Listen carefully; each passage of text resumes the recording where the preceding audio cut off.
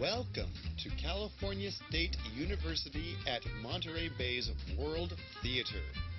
Please turn off all electronic devices at this time. Emergency exits are located at the right and left of the theater. In case of emergency, please follow instructions from our staff. Thank you.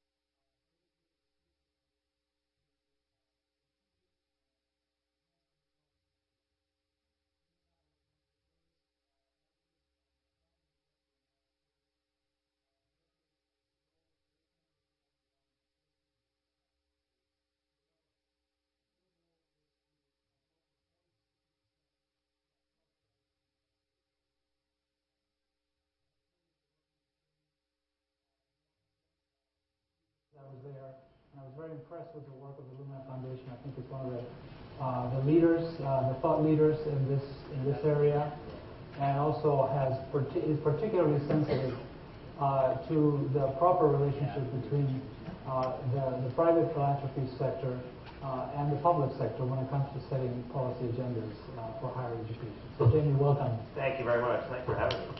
Very good.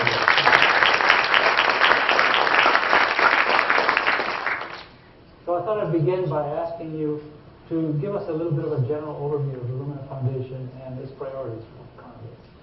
So Lumina Foundation is an unusual entity in the sphere of philanthropy. As you mentioned, we're one of the nation's largest private foundations. We have this very narrow focus and mission. All of our efforts are around improving college attainment, trying to get to that 60% goal by 2025. Lumina is particularly focused on sort of two main imperatives for the country. The first is mobilizing the country to get to the goal. That is mobilizing the key actors, whether they be policymakers, higher education leaders, employers, metropolitan areas, regions, etc. And then secondly, try to focus on designing and building a 21st century higher education system through a variety of things that clearly need to change in order to be able to get there. At Lumina, we've taken a sort of proactive model to philanthropy, and in our model, we believe that we have a responsibility to lead, and this responsibility comes from having a large amount of assets, but also from having a lot of expertise that comes from the tremendous network of partnerships that we've developed. So helping the country mobilize to get to that goal, and then catalyzing the change by helping to design and build that 21st century system has become the main focus of our work. Great. So in your work, starting out with the goal of increasing completion and college attainment, you found yourself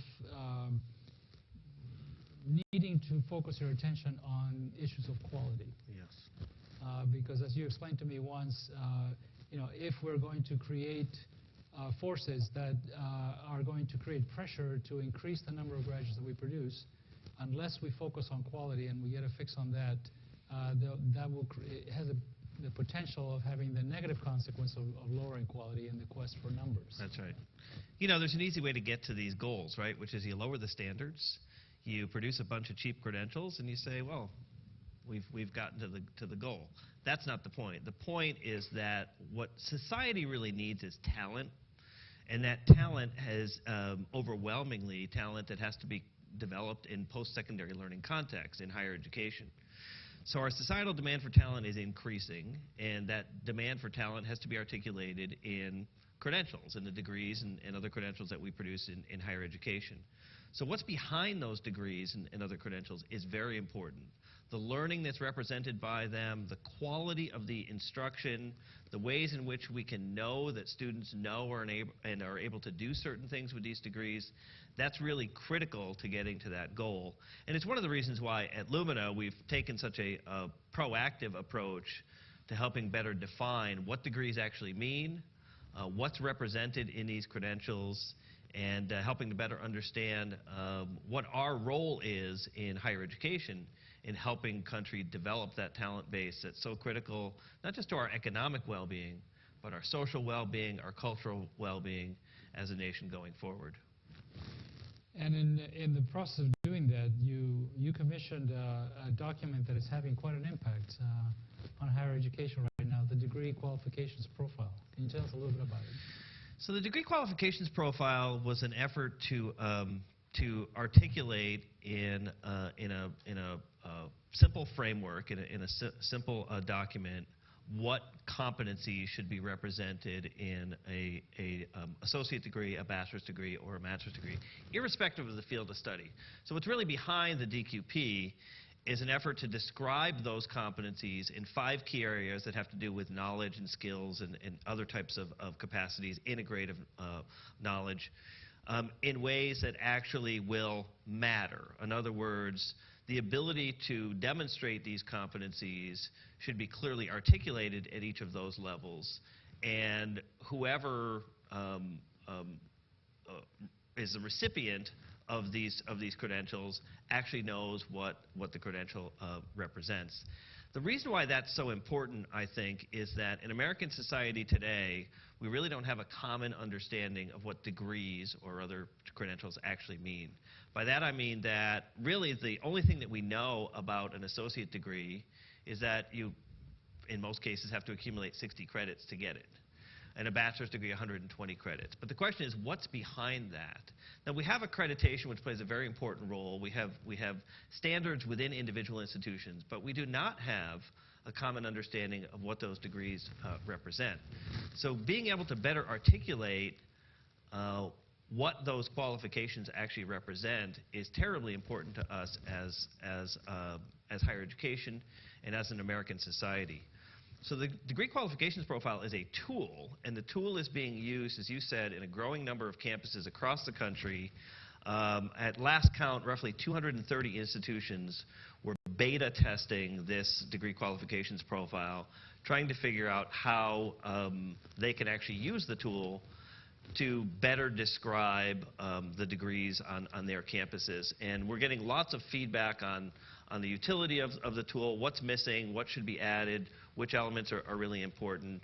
But I think the most important part is that there's a conversation taking place on individual campuses and across campuses now about what degrees actually mean.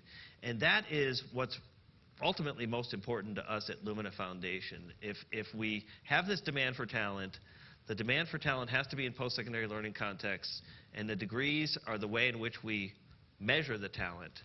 We've got to be clear about what's behind those degrees.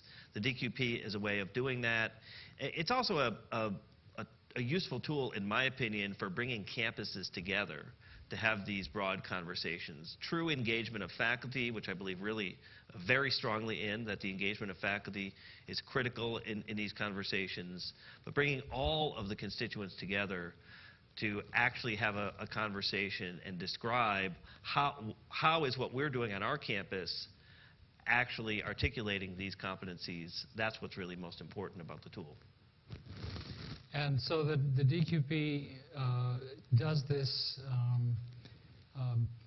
articulation of what a degree implies for the degree as a whole. Right. But you also have a companion effort that you've supported in multiple states called tuning. And what's that about? So we actually began with tuning, and tuning led to the DQP. Both of these have their roots in what's happening in other parts of the world around many other nations being able to describe what's behind the credentials that they award. Tuning is a process that was begun in Europe more than a decade ago, where within disciplines, faculty actually try to describe, again, those competencies, those reference points for the learning that's represented in the degrees that are awarded in those disciplines.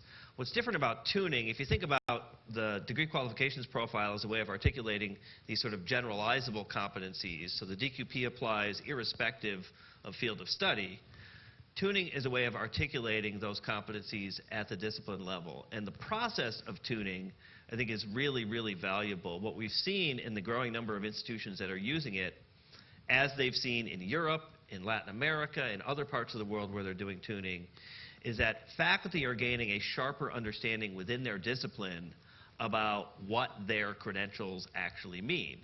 The way they do that is a pretty simple process, which is that they actually survey employers who are employing the students who have those credentials, and they talk to recent graduates, and they ask them about their skills and experiences, et cetera.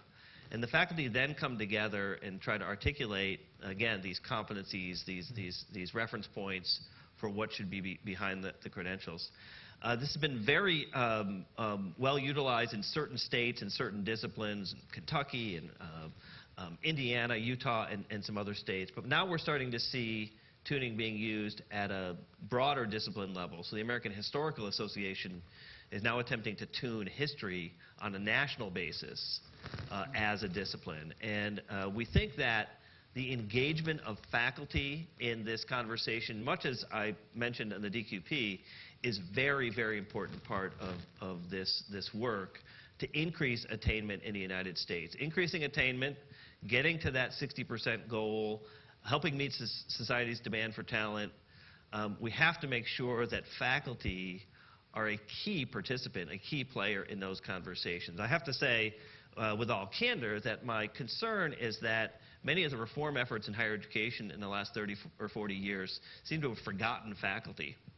And I think that's a mistake. I think it's a mistake for many reasons, not the least of which is the faculty are the people who are closest to the learners.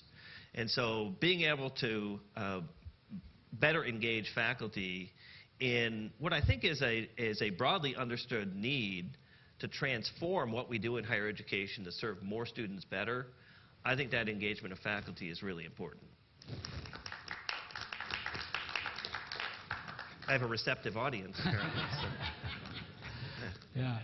So as long as we're on that note, let me allow you an opportunity to be explicit about why you think it's important that we achieve this attainment goal.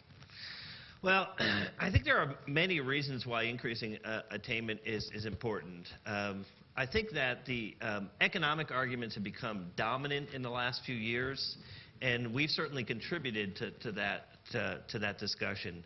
The simple fact is that to be an effective participant in the modern economy, you need a post-secondary degree or a post-secondary credential of some form in order to be a part of the middle class. With 2/3 of the jobs being created requiring some form of post-secondary education, you have to have that post-secondary credential. So you look at all of the data, the historic data, about the nature of work and how much work has changed in the course of the lifetimes of most of us in this room, you can see that work has evolved to a point where so much of what we do in American society requires those post-secondary level skills and knowledge. Getting to that attainment goal isn't just nice, it's necessary. It's critical to our economic future as a country.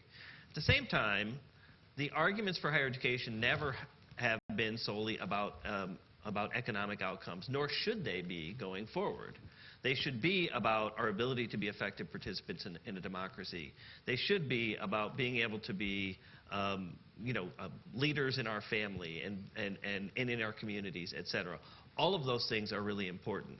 But the economic factors have a great degree of urgency. Our inability to educate a lot more people comes at a cost. It comes at a cost to us in terms of our international competitiveness, where many of our competitors are now exceeding us in terms of their attainment rates.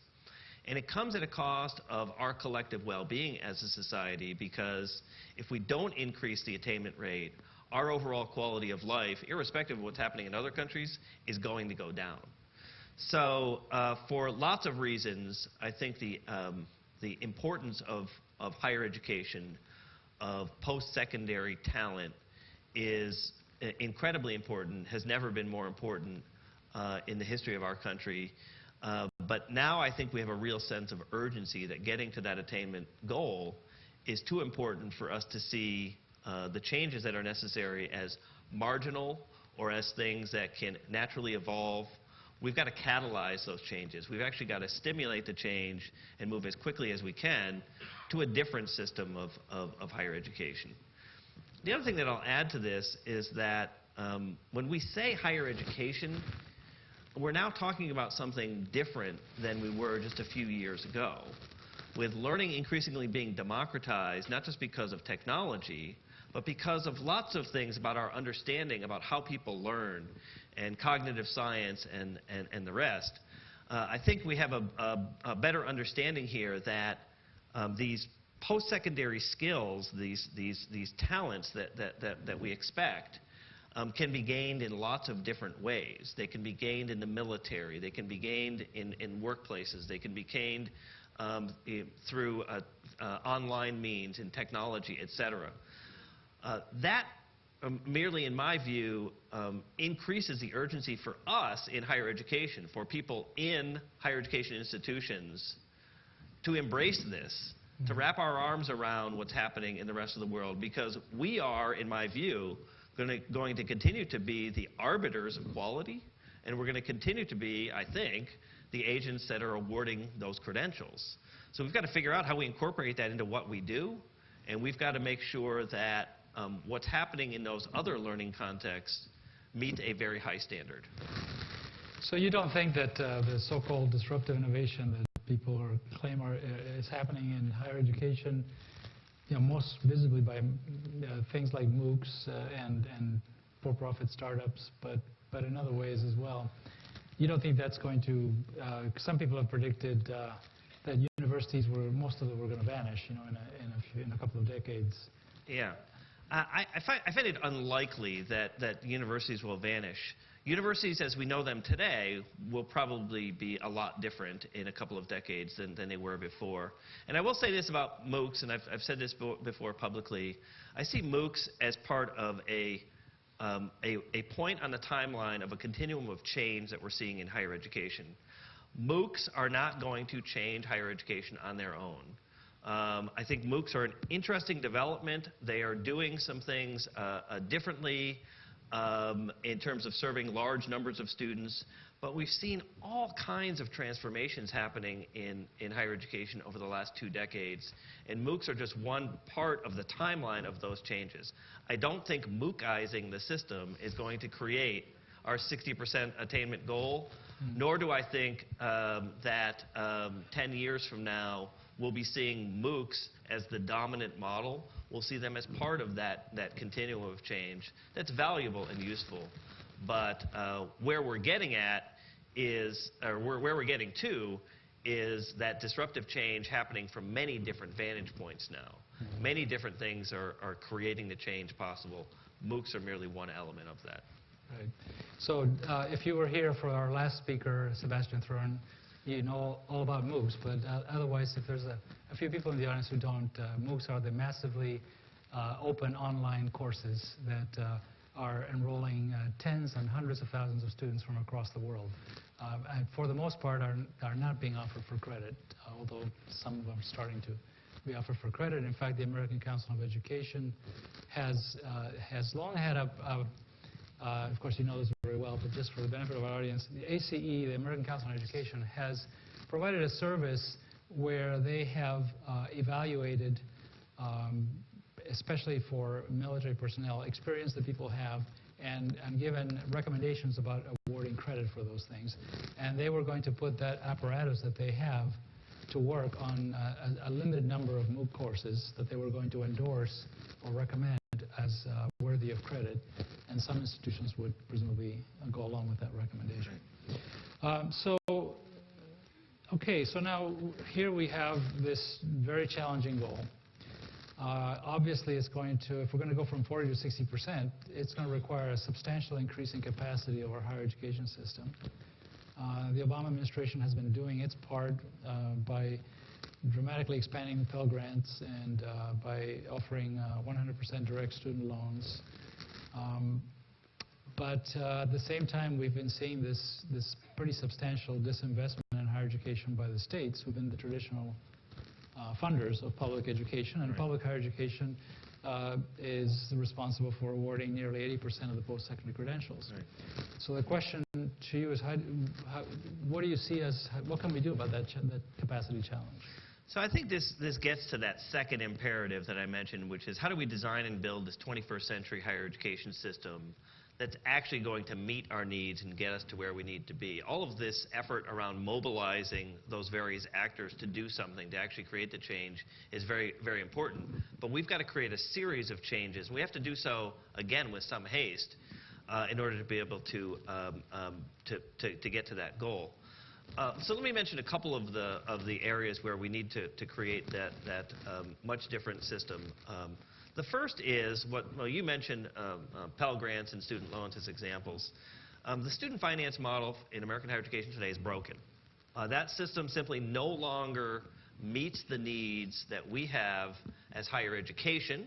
It no longer meets the needs of students and their families. It no longer meets our societal need. The debt levels are too high. The tuition systems and the ways in which we allocate resources are too complex for any normal person to understand. And so we have a real mess on our hands in terms of student finance. I say this as someone who is a first-generation college student, first-generation graduate, Pell Grant recipient. I describe myself as a walking advertisement for every student financial aid program ever invented. I'm the beneficiary of so much of society's, not just governments, but society's largesse.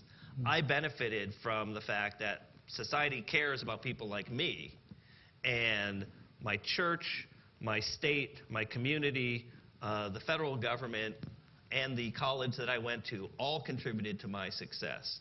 That model has served us extremely well. But the problem is our ability to actually sustain that model and get to the 60% goal is highly unlikely. And the fundamental reason is that the two forms of resource constraints that are upon us are essentially countervailing forces. You can't deal with increasing capacity when you've got such strong constraints. The first one is the constraints that governments face. Those constraints are real. Even under the most rosy, optimistic scenarios, an expectation of massive influxes of new government money, be it state or federal, is really unrealistic. Can governments do more? Maybe in some cases, maybe not in other cases. But I think the prevailing view is that governments are constrained. At the same time, the other major source of revenue, students and their families, they're also constrained. The constraints that we see in terms of student debt, the constraints that we see in terms of decision-making that's based on the sticker price as opposed to the outcomes that people expect of their higher education institutions, that's very real. So historically what we did as higher education was in times when government's resources were constrained, that's okay, we'll raise tuition. In times when government's resources were pretty good, well, we'll keep the tuition levels pretty moderate. And so these were sort of balancing acts. Well, now both are so constrained that the pressure on the system has become way too much. And what's happening is, places like California, you're literally seeing massive capacity challenges, right? You have this very high demand and an inability to meet that demand because of those capacity challenges. So fixing the student finance model is really, really important, and it's urgent. Related to that is essentially fixing the business model, which is how we actually manage higher education, how we deliver higher education. All of that is terribly important. And you know, we talked about technology. That's one important element of it, certainly not the only one. It has to do with our governance structures. It has to do with our productive capacity as a higher education system. That's really important. And then the other area where this change is urgently needed is really thinking about the credentials and actually what credentials we actually award. The conversation that we were having a few minutes ago about quality is really important, not merely because of the fact that we need to better understand what's behind these degrees, but also because it's not clear that the current set of credentials that we award are the right set of credentials. The magic of an associate or a bachelor's or a master's degree may no longer be in front of us, right? The fact that those things played an important role in American society for much of the 20th century may not serve us in the 21st century. So what should those credentials be? What should they look like? What should be behind them? There's a high degree of urgency behind that. Several things that I think are going to be important, not only in being able to clearly articulate the learning that's behind those credentials, the quality that's there, but it's going to be very important to also be able to understand the stackability of those credentials, our ability to actually accumulate knowledge over time so that one level of knowledge should naturally lead to the next level. So this whole issue of credentials, which I think sounds like an abstract conversation, but in fact is very real from the perspective of students and their families that are trying to make choices. It's very real from the perspective of employers who are saying we need more and different things than what we're getting out of higher education. I think this issue of credentials is going to grow very rapidly in our national debate. So that touches on, I mean, I guess the real nexus there, or the area where this becomes critical is at the point where there have been in the past a bifurcation, right, in the paths the students take toward the end of high school, the beginning of community college, if that's where students are going. And so now we've talked, certainly what you're saying resonates with the idea of having a single path and common core standards for high school students, for example, that can prepare them for both careers and for further post-secondary work. The other element of this is that if we're going to get to this 60% goal, our ability to get there cannot rest on the traditional pipeline of students graduating from high school and going to some form of post-secondary education. We literally don't have the numbers to be able to get there. So if you break down the numbers, which would be really boring in front of all of you, but if you break down the numbers, what you'll see is that we need to get actually more people through to the credential who are adults than we do traditional age students. So our ability to effectively serve those students over the age of 25 and make sure that we are delivering higher education in ways that are timely, useful, convenient, valuable to them is really, really important. And to go back to my example of the student finance structures, the student finance structures are highly disconnected from the reality of those adult students, right? Those models that we're talking about, they were designed predicated on the idea that the typical student graduates from high school, goes to college the next year, and in many cases, if you think about the origins of the Pell Grant program, even student loans, it assumed that they were going to go to a residential four-year institution. Well, students in residential four-year institutions graduating from high school, that's about 15% of the students we serve in American higher education today. So the model no longer serves our needs. So another issue, well, let me go back to the DQP a little bit, because I'm not sure everybody knows just how much that was an effort, initiative on your part that didn't come out of the blue. It was definitely an American sort of response to very remarkable developments that happened in Europe in something called the Bologna process. Right.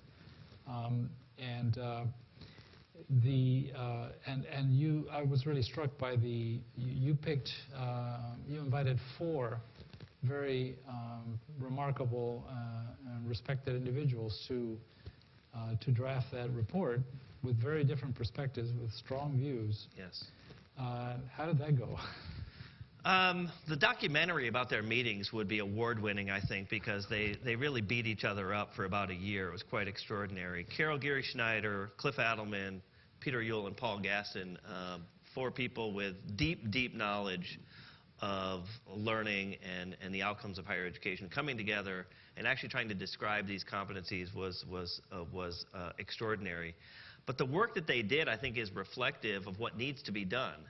They stuck with it. And they hammered out what they saw as the best possible options. And we're now using the DQP as a beta. We don't think we have it right. We think we got it to a point where it was worth testing. And that's what's been done over the last 2.5 years with the DQP. And I want to go back to your point about where this really came from, because it is true that the Bologna process is part of the origins of the DQP. It's certainly where tuning came from. It came from Europe. But this idea of qualifications frameworks is really a global phenomenon. Many other parts of the world have these systems where you can describe the qualifications going all the way back to elementary school, preschool, and what students should know and be able to do all the way up through graduate level degrees, and then how those align with things like workforce outcomes, et cetera. This has actually been part of what you've seen in other parts of the world for an extended period of time. I first figured this out not from my own experience in Europe, but in my prior life when I was running the Institute for Higher Education Policy. We were working in, one of the places we were working was in southern Africa. And I was in South Africa, the country of South Africa, during the time when they were developing their qualifications framework in South Africa, post-apartheid South Africa. And this was an extraordinary thing to see a country going through such tumultuous change, to see them actually go through this very rational conversation about, okay, well, now that we're on the other side of the, the dark part of our history, what should our higher education system actually be producing in terms of these qualifications, and how is it going to meet our societal needs? And again, it's not just economic needs, it's broader societal needs. And I realized coming out of that and some of the other places where I had seen it, that in fact we were really one of the only countries in the world that hadn't done that hadn't actually gone through the conversation of saying, what does this degree actually mean? What should it represent in terms of learning? And how can you tell? And so the DQP is, if nothing else, an effort to stimulate that national conversation so that we can actually better articulate what degrees mean. And one aspect of it that I should point out is that, and this may have been part of the the strenuous dialogue that took place between the writers, is that unlike many of those other frameworks, we don't have a single prescriptive set of standards embodied in it, but rather truly a framework that sort of identifies dimensions along which a degree could develop or exist, so that in fact it's a space. It's a multidimensional space where the dimensions are well defined, and each institution can find its point in that space depending on how it chooses to emphasize different dimensions. That's right. And a very important point to add to that is that the DQP is agnostic about how you measure those competencies. In other words, it doesn't describe the assessments. It doesn't say, in order to be able to determine whether or not X competency is present, you should measure it through Y tool. That's one of the lessons I hope we will have learned from the efforts around K-12 reform, which is that in K-12 reform, my view is that we started the conversation with the assessments and then tried to figure out the standards afterwards. It makes no sense, right? So what we've got to figure out here is, what in a general sense should these degrees mean? Then let's have the conversation about the variety of ways, whether it is portfolios, whether it is performances, whether it is a test, what have you, that you can measure those competencies. The form should follow the function here. And I think if there's one thing we should learn from what happened going back to A Nation at Risk in 1983, let's not start with the assessments and then figure out what the assessment should be measuring later. Let's start with a better understanding of what our degrees should actually mean, and then let's have that obviously these things happen on sort of parallel tracks, but let's make sure that the tools are not what's driving the conversation. What's most important is, what are those competencies? So I got a couple of two more items that I want to touch on before we break off for questions. One is the issue of performance funding, which is very much on our minds right now, because in a recent LA Times story, it was leaked that Governor Brown is currently in the process of developing a proposal for basing at least part of the funding for the CSU and the UC and the community colleges on performance funding. What's your sense about that? In particular, let me just mention some of the features that I think are, maybe I shouldn't say this because I haven't read the story and maybe I know more than I'm supposed to know. Let me ask your general thoughts on what are good and bad ways of doing performance funding. So we've learned a lot about performance funding, actually going back more than a decade. Performance funding is not a new idea. We're actually on essentially the second wave of performance funding in a way. There was an earlier wave that we saw in a limited number of states in the 1990s, but we're seeing a different model today. I think that one of the fundamental questions you've got to ask is, what kind of performance do you want? That's a sort of fundamental question. In other words, what are you trying to measure? And I think too often these policy conversations get diverted in these highly simplified measures, like a single graduation rate measure as the primary indicator of performance. Well, that doesn't make sense for lots of reasons. Graduation should matter. Graduation is certainly an element of the equation. But what student population are you serving? What fields are they actually getting those credentials in? And are those fields valuable fields? In what ways are you differentiating for the mission of the institution, which is something that you often don't see in these performance-based funding models? So I think a better way to think about it is to use the language of CSU Monterey Bay. What kind of outcomes do you want? And what kind of outcomes-based funding should you actually put in place in order to be able to allocate resources in a way that encourages greater outcomes on behalf of the institutions, but more importantly, ultimately on behalf of the students. So figuring out these weighted, mission-differentiated performance-based funding models, I think is going to be very important. I won't weigh in on what California should do specifically, except to say that I think that California is like many other states in that it recognizes an increasingly resource-constrained environment, and what it's trying to figure out is how to rationally allocate resources in a way that maximizes the use of those resources. But performance funding should not be used for two things. The first is as an excuse to decrease support. That's one real danger that you see in performance-based funding models, which is that it becomes a rationale for actually lowering the allocation of resources for higher education. My view is performance funding should make sure that the resources that we do have are allocated in the best possible way to achieve the best outcomes that serve those students and that serve the state. The second thing you don't want to have happen with performance-based funding is to have the conversation be about budgets, formula, or the sort of mechanics of funding as opposed to what you want out of higher education. So performance-based funding is a means to an end. The end is high-quality learning, high-quality outcomes for higher education that matter to the state's social and economic well-being. That's the eyes and the prize that you've got to stay focused on when you have these conversations about performance-based funding. Not should it be 2% or 10%, should it be, how much does CSU get as compared to UC? Those are the wrong conversations. Thanks. Well, I should mention that, while you have a narrow goal, you are supporting and helping advance that goal in multiple ways, in many dimensions. And one of them is helping us here. So I want to acknowledge and thank Lumina Foundation for having awarded us a $500,000 grant on the MSI Models of Success. We are delighted to be your partner, and if I could just say a word, we are very impressed with what the Center for Teaching and Learning Assessment has done.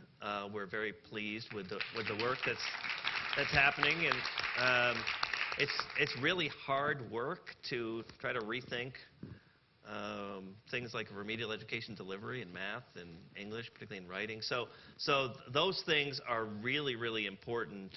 But that's a part of the fabric of what I was talking about, which is that the way in which you get to the change is you get to the point of delivery, and you get better outcomes at the point of delivery.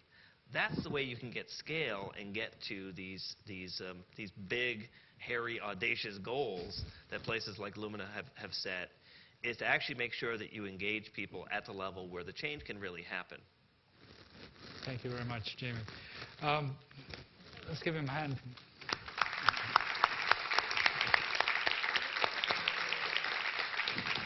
And we'd like to open it up now to questions from the audience. We have microphones on both sides here, and please feel free to go up to one of them and ask Jaime Merisotis a question.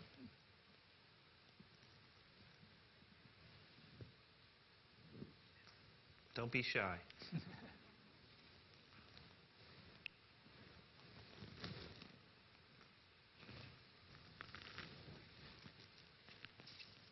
Yes, we have one right there. Yes.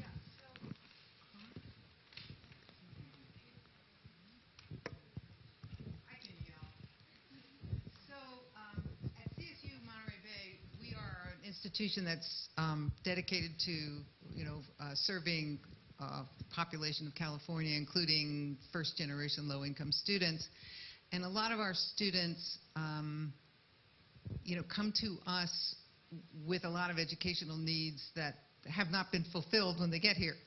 And so as we look at some of these innovations like MOOCs and online education and things like that, we're thinking that maybe they don't work as well for all populations. So I was wondering if you looked at that and what you want to say about that.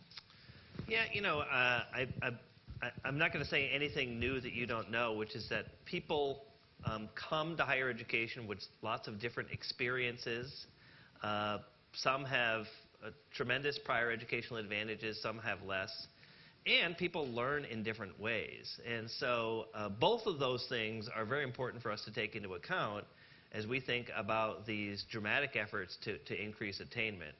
And to put it a different way, the populations you're talking about are the populations that we need to put our thumb on the scale of in order to be able to get to these goals. We simply can't get to these goals unless we emphasize Latino educational attainment. We can't get to these goals unless we emphasize adults, particularly certain populations of adults in areas where they've been poorly served. So you can go through this whole set of lists. Veterans, returning veterans, hugely important population of students to be served in this country.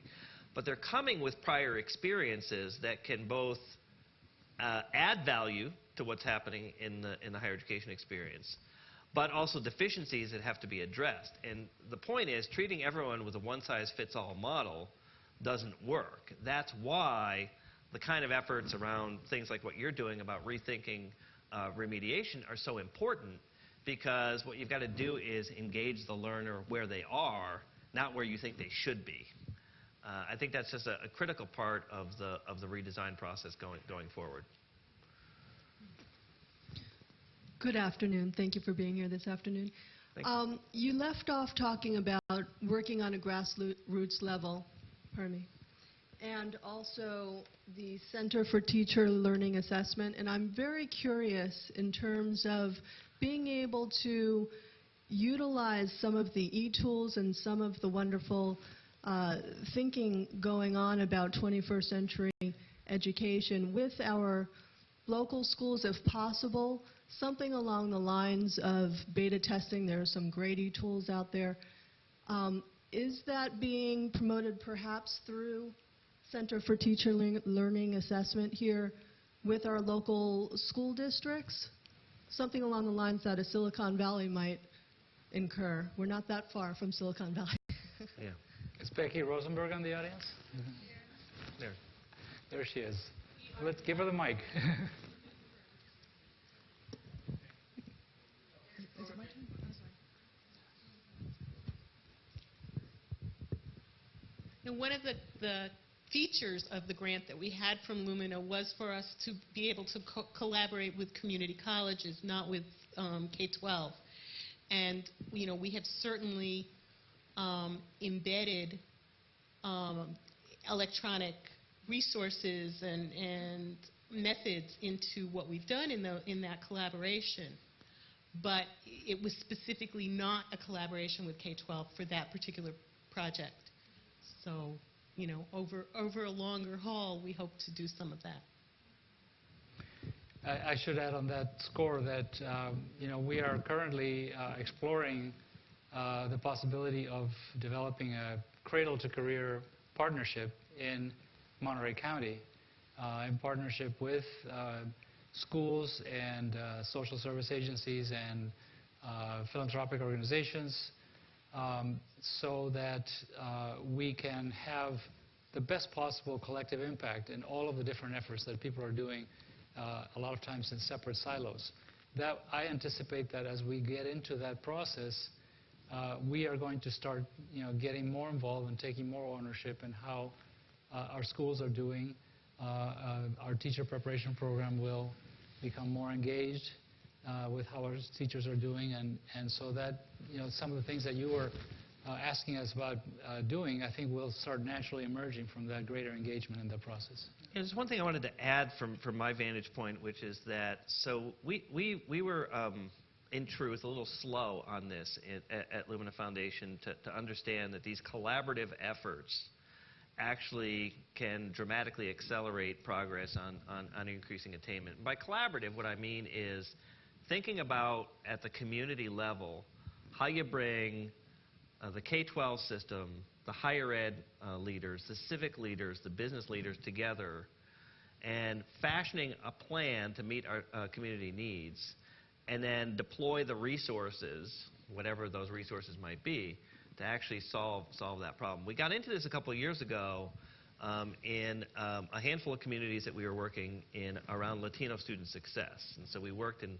a dozen different communities around the country, still working in a dozen different communities around the country where we've tried to engage in this. And what that work actually made us realize, and the work that President Ochoa and I have talked about around that started in Cincinnati around something called the Strive Initiative, all of these things are really geared towards understanding that people live and work and go to school mostly in communities, right? And so that the community level of engagement is really, really important. So part of our new strategic plan, this idea of engagement of people in that mobilization I was talking about at the level of communities and regions and metropolitan areas is a really significant part of our efforts. We have very ambitious goals to be working in not a dozen communities, but many, many dozens of communities over the next few years in order to be able to do exactly what you're talking about. So if I could read between the lines, let's suggest that if we develop a strong partnership model here, we might be looking for some support. I was waiting for the grant pitch. It's late, actually. We're looking at this on a national scale, so that's a possibility. Excellent. Yes. Yeah, I was wondering if you could share with us some of the feedback you've gotten on the DQP. What parts seem to be really robust and resonating for people? What parts are you feeling need revision and refinement? Yeah, I don't want to get into too much detail about what's worked and what hasn't, but I want to try to be responsive to your... And the reason I don't want to get into that is that the 4 core drafters are actually reviewing some of that feedback now, and we want to make sense of it in order to, and then be able to articulate back to all of you what we've learned. But I want to be clear, some of it's worked, some of it hasn't. And so the beta test has been affirmed in the sense that we didn't think we had it right. We've learned that core elements of this thing are working particularly well, but some elements are not working as well as others. And in particular, things are missing from it. And one area that I'll mention, because I've already been talking about this publicly, is that there's clearly an element of the DQP that needs significant strengthening around, I guess what I would call global literacy, which is better being able to describe competencies around your ability to be an effective participant in the global context, an effective actor in the global context. So being able to effectively articulate some of these competencies around global literacy is going to be very important. This goes way beyond things like language capacity, but really a cultural awareness, ability to use examples from other contexts as a way of solving problems in the context that you're working with in, et cetera. Those are things that are clearly going to need to be wrestled with in the next version of the DQP. Thank you. Good afternoon.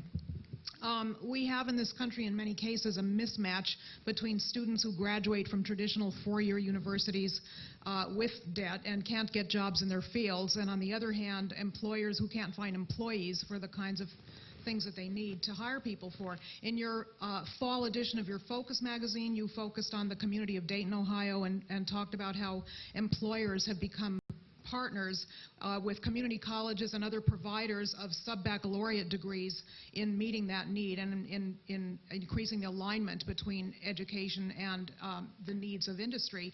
So I guess I have two questions that come off of that context. One is, does that mean that the opportunities for this type of collaboration are determined by the industries that exist in any given region, meaning that maybe in one region there's more of a possibility of this kind of partnership and opportunities for sub-baccalaureate degrees, whereas in another region where there may not be much in the way of dynamic industries, those students just don't have much of an option. And the other question is, what is the role of employers in influencing the educational agenda or influencing young people's choices of careers?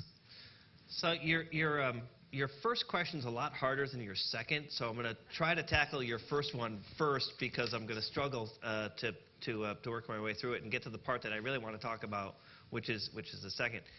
Look, I think there is a significant issue that we've got to grapple with here, which is that our ability to actually be able to describe what we want out of higher education is constrained by some of the things that we talked about earlier. And so you can see this in terms of, I'll describe it as the running complaints that employers have offered over several decades about what they are and aren't getting out of higher education. And so there's lots of evidence here that what we're seeing in terms of this engagement is that employers say they don't like what they're getting, or at least they don't like elements of what they're getting, and they want something different. They want people who are stronger on the generalizable skills, on the critical thinking and problem solving and communication and those kinds of things. You know, the recent AAC&U survey that said that employers see majors as secondary to those skills was a real eye-opener to me. At the same time, when you talk about engagement of employers at the level of, say, industry in a region, part of the problem there is that there's a mismatch for people and we'll describe them as workers for a minute, and industry. By that I mean that in the historic model, you or I might have decided, hey, I'm going to go into the manufacturing industry, and I'm going to work my way through a career in the manufacturing industry, and my career is going to last 40 years in that industry, and I'm going to get to a certain point and be done. Well, that's no longer the case for the vast majority of workers in this country. Most people are educated with some set of skills and some set of field, and then they work in different industries. So you might, you know, my example, which is a sort of utilitarian example, is you might get trained as an accountant and start your career in an accounting firm, then decide that you want to do accounting work in a manufacturing firm, then that leads you to the ability to work in the financial services sector. So you haven't stayed in an industry. You've stayed in an occupation. You haven't stayed in an industry. So part of the problem here is when we talk about the engagement of employers at the level of industry in regions or in communities, that's really hard because, in fact, that's not the nature of the patterns of workers. Workers don't see themselves at least not nearly as much as they used to in terms of being able to work in industries. Your second question, I think, is really what's important and urgent, which is the engagement of employers has to increase significantly. Okay, so we get what they don't like. We got that, right? So what are they going to do? That's the question. And we've been asking them that, and they've been asking us the same question. What can we do? And so, you know, let me just articulate, I think, sort of three areas in which I think the engagement of employers can and does need to change. The first is employers need to do a better job within their own companies, organizations, contexts in seeing their employees as learners. By that is being able to treat their employees as people who are on a learning continuum. So that means sharper focus on tuition reimbursement.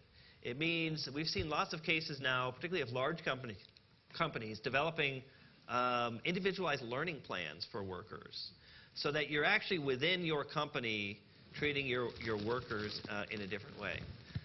Second way in which the employers need to engage in a different way is essentially through their corporate social responsibility functions. That is, which is to see, and again, this is not limited to the private sector, to for-profit institutions. CSR meaning whatever the organization is, seeing whatever their social role might be, to actually articulate that at the level of improving educational attainment at the post-secondary level. So engaging at that community level that we were talking about earlier is really, really important. And the third, and the part that makes at least some in higher education uncomfortable, is we need to engage employers in the public policy work. The public policy advocacy of employers is really important. Employers, particularly the private sector, get the attention of policymakers. They need to weigh in, hopefully in partnership with lots of us, in being able to influence the trajectory of public policy development. If you look at what's happened at K-12 in the last 20 years, employers have had a defining role in being able to influence some of those policy changes we've seen in states and at the federal level. They've weighed in on No Child Left Behind. They've weighed in on charter schools. They've weighed in on all kinds of things. Whether you agree with those things or not, the point is they weighed in. And I think at the post-secondary level, we need the engagement of employers in a very different way than what we've seen in the past in advocacy for public policy that's going to make a difference in terms of getting to that higher degree of societal talent that we need. We need their engagement. This is not simply us in higher education advocating more for us because we need this kind of investment or that kind of outcome. They need to weigh in because they have a central role in the outcomes of those public policy investments. That was probably a longer answer than you wanted. I'm sorry. Thank you for your presentation. I wanted to address two things. One is you've been saying this. I don't think you said the word, but I think you're saying it, that you're addressing a sense of place throughout the country. So I've heard you address that about the community level, you know, the interaction with the community. Do you find, my first question is, do you find that that's different across the country? Different communities are going to need emphasis in different areas, maybe because of the employers, but also because of the environment. This is Monterey. We have a marine area. We have, you know, different strengths and attributes than maybe somewhere in the central United States. My other question is that the issue on public policy, I think, is critical, and I'm glad you addressed that. But one of my big concerns is climate change and issues of sustainability. And to what extent can the Lumina Foundation support policies that will improve our situation, improve our outlook, and provide general education to the public that in many cases isn't sufficiently aware of the issues and the challenges that we're going to be facing in the coming decades? Can you better articulate the first question? Just help me better understand what you... Yeah. Do you address different regional needs, not just based upon the economy of that region, but also based upon the environment of that region? Got it. Yeah, so I think on the first question, you're making a very good point, which is that, or I'm taking a very good point from what you're saying, which is that this is not about regional economic development, that in fact there are different things happening in different parts of the country, in different regions, in different communities, in different metropolitan areas that are very important. And I think that's really true. Part of that, if I might zero in on an example, is the level of pre-existing educational attainment in those communities. So you have a different sort of cultural conversation about increasing educational attainment in places where you already have a lot of people with a college education than you do in other places. So we see that. We see that in, you know, certain places, certain communities in the Northeast, very high levels of educational attainment, or here in this community, or in other places where you see those levels of attainment. That's a different conversation than you might see in other places where attainment is low or dramatically low, where one of the problems in those that latter group is that the sense of urgency isn't there. That it's just not clear to people why that's so important. So that issue, I think, is pretty important. I also have to say that you know, I've been influenced by people like Richard Florida, who talk, about the sort of broader values of what's represented in communities. And I think that education is too often seen as a means to an end. That is, we educate people so that they can then become workers or what have you in society, rather than the fact that education is a part of the value of that community. In other words, it's a part of the vibrancy. The fact that education is taking place is a part of what makes a community so successful. On your second question, we're not working in that space. It's not an area that we work in. There's lots of spaces we aren't working. We don't work in K-12 education as a national foundation, given our resources. But I understand why that's important. I mean, I think one of the issues that we confront in philanthropy is our ability to do more than simply be the sources of innovation, which I think we've been pretty good at in philanthropy for much of the last 50 years. We've got to contribute more to the broader outcomes of what society needs, of what we need as a pluralistic, democratic society. And I think too often we've seen our role as developing innovations that others will scale, and it never happens, or it doesn't happen nearly enough. So part of what places like Lumina you're starting to see are doing is seeing the bigger picture, saying we've got to participate in that scaling. Now, it's not getting to things like climate change that you're talking about, but we do have a broader vantage point than simply, hey, let's develop a really cool boutique model and then hope somebody scales it, which you've seen often in philanthropy. We're saying, hey, let's develop highly innovative models, or let's look at what we already know are highly innovative, result-oriented models, and let's help bring them to scale. That's part of our role in philanthropy.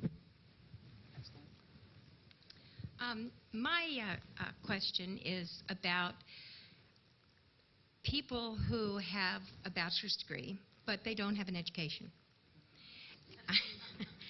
And I work in teacher training.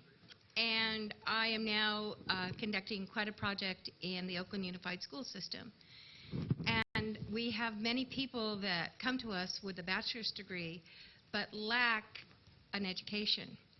And I'm finding the real challenges to take those folks with this bachelor's degree and give them an education so they can make an effective contribution in that K-12 system.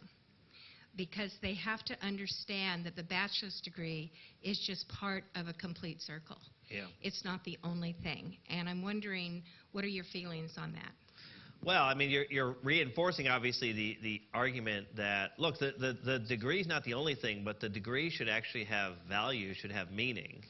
And that our ability to actually, whoever is awarding those bachelor's degrees for those people who don't have an education, they're doing us a disservice, right? They're not doing just those individuals a disservice. They're doing us as a society a disservice.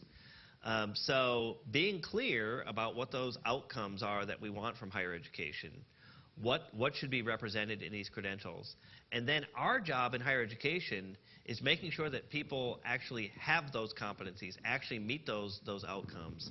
That's the critical part. To repeat myself, we don't really have that.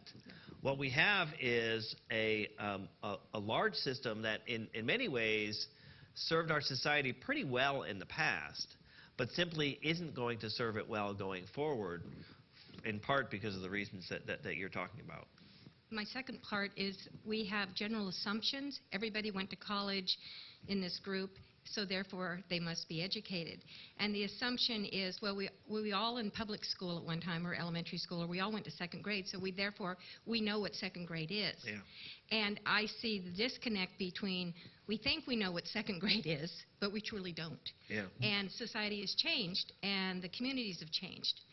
And we have lost sight of that rapid change and our ability to keep pace with it. So I did you can tell that I've spent much of my career in public policy because I tend to reflect back on public policy outcomes, so I apologize. I did an op-ed last year in one of the DC-based newspapers called "Nostalgia is No Way to Make Public Policy," and in part because I literally got tired of going into a member of Congress's office, going into a governor's office, going in to meet with a legislator, and then I'd hear that dreaded phrase, the one that immediately would set me off. When I was in college, because I immediately realized they have no idea what they're talking about. They do not know what's happening at places like CSU Monterey Bay. They haven't been there, and that system has changed a lot since they were there, and it is going to change rapidly and astronomically more in the next few years. So part of it, I think that's right. It's a conundrum that we've faced in education for a long time, which is that people who make decisions, and I don't want to just beat up on policymakers, it also includes business leaders, it includes lots of people. They think that their own experience is reflective of what's happening in that context today, and it's simply not. I went to an unbelievably good public high school. I grew up in Connecticut, probably one of the best in the country at the time. I have no idea if that school does anything close to what it did when I went there. I was very fortunate to go to a place that was that good. But I highly doubt that what they're doing now is the same as what they did in the late 70s. I highly doubt it. So that's the point, is that our ability to actually recognize that change is happening, and it's happening in different ways. Some places are getting better, some places are not, is a really important part of the calculus. Hi, I want to thank you so much first for the important work that Lumina does. And you talked about how important it is to engage faculty and grassroots energy, and also the context that we currently face of increasing resource scarcity. When I think about scalability and increasing capacity, these tend not to be the concerns of a classroom teacher. Yeah. So I'm wondering, do faculty and policymakers have different goals and interests? And if so, how do we reconcile those differences? Well, the short answer is probably some of them, yes. Probably some of them do have different goals and interests. I certainly hear as much misunderstanding from policymakers about faculty as I do from faculty about policymakers. So I think there's a disconnect there that you see, at least in some contexts. My point is simply that in order to get to this change that we need, we have got to engage those people. So your point about there's a sort of lack of relevance to people who are in the classroom and working extremely hard on being able to get engaged in these conversations, I don't want to accept that. I want them to be engaged. I want them to see the bigger picture. And I think there's lots of faculty who, in fact, are willing and excited to be engaged in those things. Fundamentally, this is a field, if call us an industry, some people are offended by that, but call us an industry where change is about to happen very fast. You can see it in terms of all the ways in which learning is being democratized, and what we essentially had a monopoly on is over, and our ability to actually continue to function in the way that we functioned in the past isn't going to be possible. My point is, now is a really important time for faculty to engage and to be a part of that change, as opposed to simply waiting for it to happen. In lots of other industries where we've seen change, the engagement of the people who are in the sector fundamentally influence the direction in which it went. I want to see faculty a part of that. I think it's very important. But these are hard conversations. The hard truth is that there are winners and losers in this. You don't want to be on the side of the losers. I get that. But I think it's better to be engaged and to be a part of the conversation than simply let it happen to you. And that's my appeal to faculty, is much as it's my appeal to business leaders, get in the game here. Be a part of the conversation. Don't leave it to people like these two people, right? Thank you. It's too important for you to not be engaged. Thank you again for coming and for sharing this time with us. As you might know, one of CSUMB's key areas of focus since its development has been on civic engagement and our involvement of our students in community through service learning and other kinds of active learning. As we started to work with the DQP in our assessment work on campus, I was really thrilled to see that civic learning is one of the five focal areas, which is fabulous to see. I'm just curious, as the beta testing has gone on, how you found a reaction to that, because in our understanding, as we've developed this work, we're kind of unusual in that in many cases, and if you look historically in higher ed, civic learning has kind of been a means to an end, right, as opposed to an end in and of itself. It's a means to perhaps more rigorous outcomes-based focus, right? Getting the basics down. It's a means to better harmony with the workforce demands, right? But the public purpose of higher ed, yes, which we know is so important, doesn't really get embraced by our disciplines, by the core structures. Even more worrisome to me is the continued call to, we need the private sector involved in helping us understand, what's really important here. So I'm curious as to, one, the reaction that you found to this focus on civic learning. Have people sort of understood it through their own lenses for their own purposes? That's one. And second, why aren't we calling for communities to really have a voice in what should be going on in higher education as well, in addition to our private sector? It's a really good point.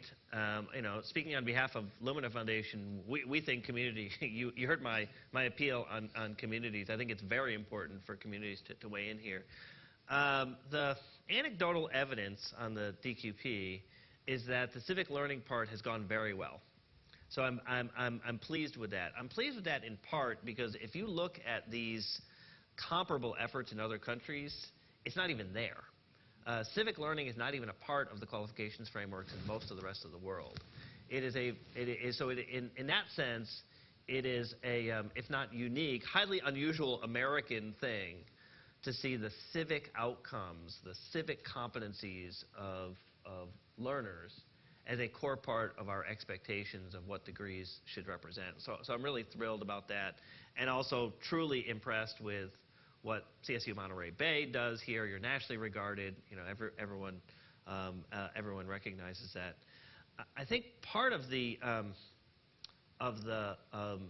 challenge in the civic learning part is for it to not become disconnected from the other elements. We don't want to treat this as an add-on. We want to treat this as a core part of, as you said, those 5 areas of competency. And what I don't know yet, because we haven't seen the evidence, is whether it's being treated with the same level of gravitas as integrative knowledge, what have you, broad integrative knowledge, what have you. So. Guys, one follow-up point, because you made reference to South Africa. I was lucky enough to be a Fulbright there doing work on civic education a couple of years ago, really looking at those higher education standards that were developed. And there is a really beautiful articulated focus on social responsibility and the needs of graduates to be able to live in that post-apartheid South Africa. And unfortunately, that's really just dropped away because that hasn't been defined in really clear outcomes that have been embraced by the disciplines and the degree programs, that it seemed as this thing that's just hanging out there. And that's something that I really want to reinforce, the importance of that integration within the framework of the knowledge base of those degree programs. That's well said. And I'll make one more reference to South Africa and the point back to the United States. Every country, every state, every community really needs to fashion what it sees as best for what works in that context. So I'm a strong, strong believer as Americans that we need to learn the lessons of higher education change in other parts of the world. I don't think we've paid enough attention. Bologna is an example of something that we learn from. I don't want to bring Bologna to the United States. Bologna doesn't work in the United States. But there are things that we can learn from Bologna that we can apply here. And it's our ability to do that that's really important. One of the things, if I could speak very candidly, that I was concerned about in South Africa that has turned out to be true is that the South Africans spent a lot of time in the post-apartheid era consulting too many other countries about their solutions to their problems and didn't spend enough time trying to figure out what was really going to work for them.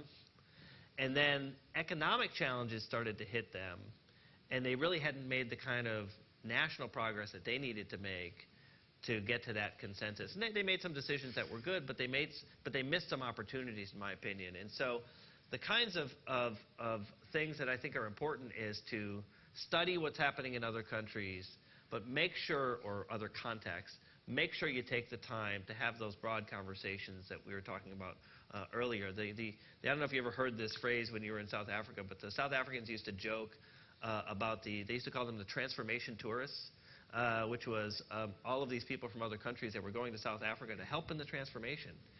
And what they really needed was actually to cull the lessons of what was happening in other parts of the world and then get those people out so they could actually come up with their own solutions. And my view is that as Americans, we need to learn more about what's working and isn't working in Korea, in South Korea right now. Dramatic changes in educational attainment in South Korea, literally in the last 15 years. Well, so how have they done that? And are there things that we can actually learn from that? I mean, you've seen some things written about this, about what's worked and what hasn't, but there's a lot more to be learned from that. Australians have gone through extraordinary change in higher education in terms of their student financing structures and in terms of their qualification system in the last decade.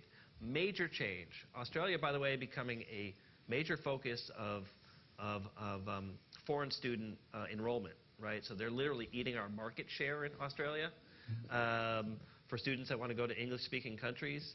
So what can we learn from the Australian experience? Those are the kinds of things that I think are really important for us to do. But let's not adopt the Australian income-based repayment student loan system. Let's figure out what worked for them, and then let's apply it to our American context. First of all, I most certainly agree about the need for education and the talent gap. I'll call it that. I've had many occasions to speak to Rotary clubs, chambers of commerce, etc. And most certainly the figures speak for themselves. I usually get a rather very empathetic nod or two. And however, many times what I get from business leaders is that they say to themselves, we can fix this problem. What we need to change really are the immigration laws, all right? Because we can bring in the talent from all over the world if we need it. And if we can't bring the talent in, we'll export the jobs. So to help me better craft answers for that, I thought perhaps I'd ask you what some of the answers or retorts you would use to answer those questions. Thank you. Well, we're about to engage in, I think, a very important immigration policy discussion in our country, long overdue, in my opinion. And I think it's terribly important. Look, I think that from my vantage point, American talent has to take into account several things. The first is we are a country of immigrants, and that culture of immigrants driving our economic and social prosperity needs to continue. But what we need is, and I'm going to come back to the point of employers in a second, we need an immigration policy that takes the continuum of talents into account as we figure out how to fashion immigration reform. So we must address the issue of the 11 million undocumented people for whom we have no place, but they're not going anywhere. It makes no sense that we simply try to ignore them and try to figure out unworkable policy solutions that simply aren't realistic. We've got to deal with that. At the same time, we've got to deal with the people who have some skills but who need greater levels of talent in order to be able to be a part of the middle class in our country. And we need to deal with the very real problem of the fact that we aren't producing enough graduates in certain areas where we have the talent needs that exist in our society. So part of the issue for employers, and I actually think employers will be playing a constructive role here in the immigration debate, is for them to weigh in on the totality of the talent needs for American society. So I was part of a group from the Chicago Council on Global Affairs that was a nonpartisan, bipartisan group with 6 former governors, Republicans and Democrats, business leaders, civic leaders, education leaders. We had the right wing, the left wing, and the I don't know what wing, everything in between, all coming together around the single idea that immigration reform is critical to our future as a country, that creating that change is very important.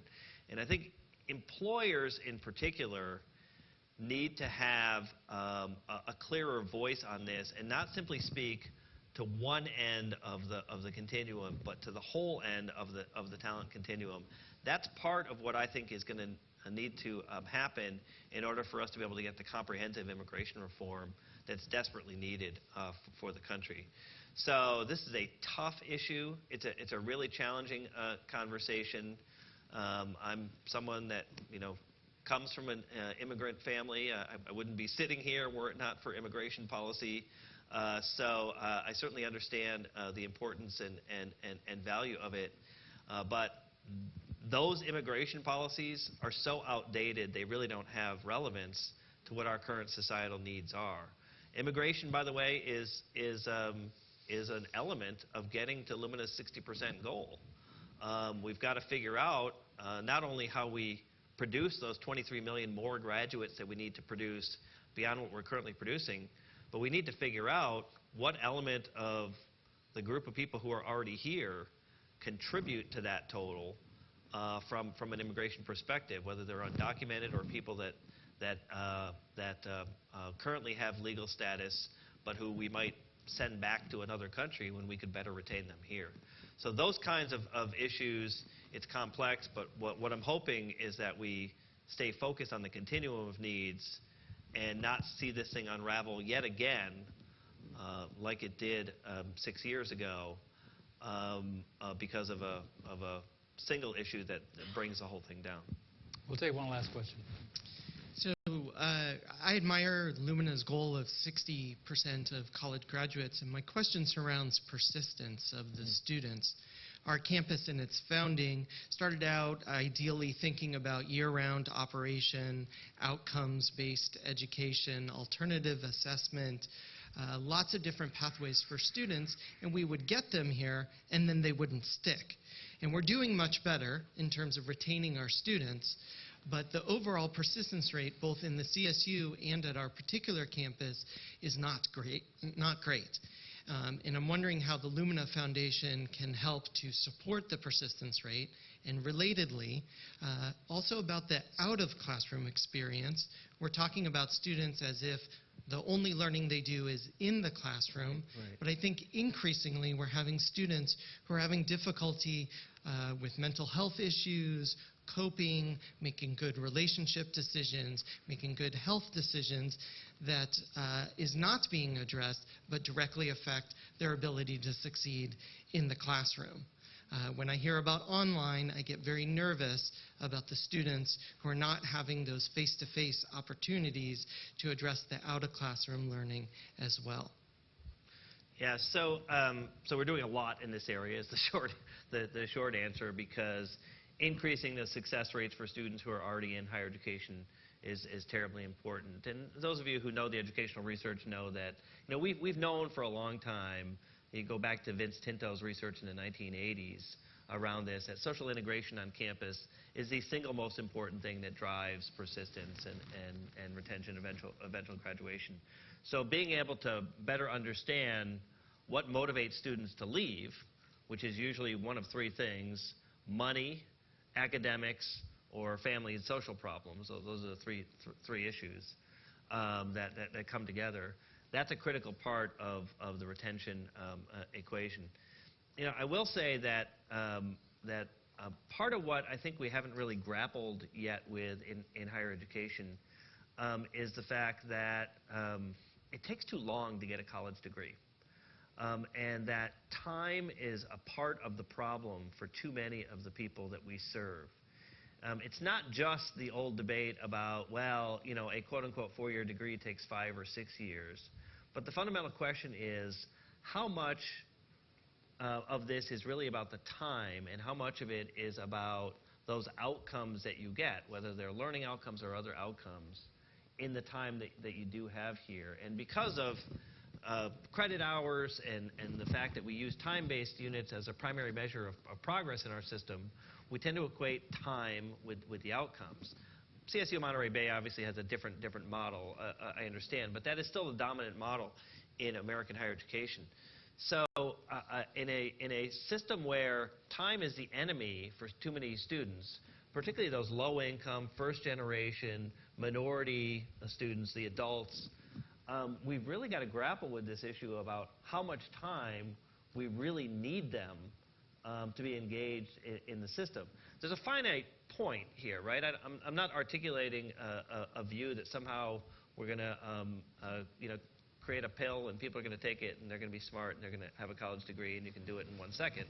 My point is that I think that we've got to make sure that time is one of the factors we concentrate on, because for too many of those students, life gets in the way, and the reality of their life is what ultimately impedes them because of those social or those academic or those other family and social pressures that they face. So we've been experimenting with some interesting ideas, not at scale yet, so it's part of the old philanthropy model that we're hoping to bring into the new model around accelerated programs. And we've done just an interesting one that I'll mention because it's not too controversial in this context, which is an accelerated associate degree. So we've been experimenting with accelerated associate degrees in our home state of Indiana. It's an 11-month associate degree program. And in this 11-month program, the students go full-time. They are in a highly structured program. Essentially, their job is to get a college education. They are in school 9 to 4, so it literally is much like a job. And interestingly, in the model, in the experiment that we're doing right now, we're actually paying them a stipend so that their other distractions, having to work, having to deal with these other obligations, don't get in the way. It has been highly successful. By the way, it's not clear that the stipend is as important as we thought it is. That's one of the research results that we're trying to assess. But the success rates for the students in this program compared to their peers, where they're coming from, are pretty high. The success rates in the first 3 years that we've done this are about 80% for those students. That is way off the charts for community college success rates, and I think that's encouraging. So seeing time as one element of this is something that I really want to encourage us to do. I don't like these oversimplified models of saying you have to get your bachelor's degree in 4 years. It has to be at you know, those kind of oversimplified approaches don't make sense. But being clear that time is a factor we've got to concentrate on, and we've got to bring down the time to degree, that's really important for us in higher education. Well, I can't resist mentioning at this point our own 3-year degree effort in collaboration with community colleges here in Monterey, this Computer Science Information Technology degree, that we have a full cohort that was just put together. They're going to receive a full ride through a very generous gift from the Matsui Foundation. And in fact, it's received quite a bit of notice. The NSF is going to recognize it in the coming weeks in Washington. And Governor Brown has been buttonholing me about it at the Board of Trustees meetings. So good. I'm glad to hear it. On that one. Well, I want to ask you to please thank Jaime Merisotis for a wonderful talk. Thank you.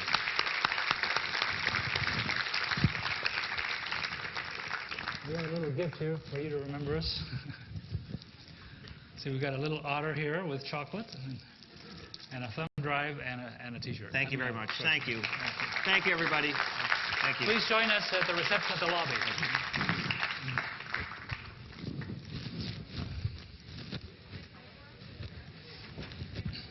Excellent. Thank you. That was very good. I enjoyed that.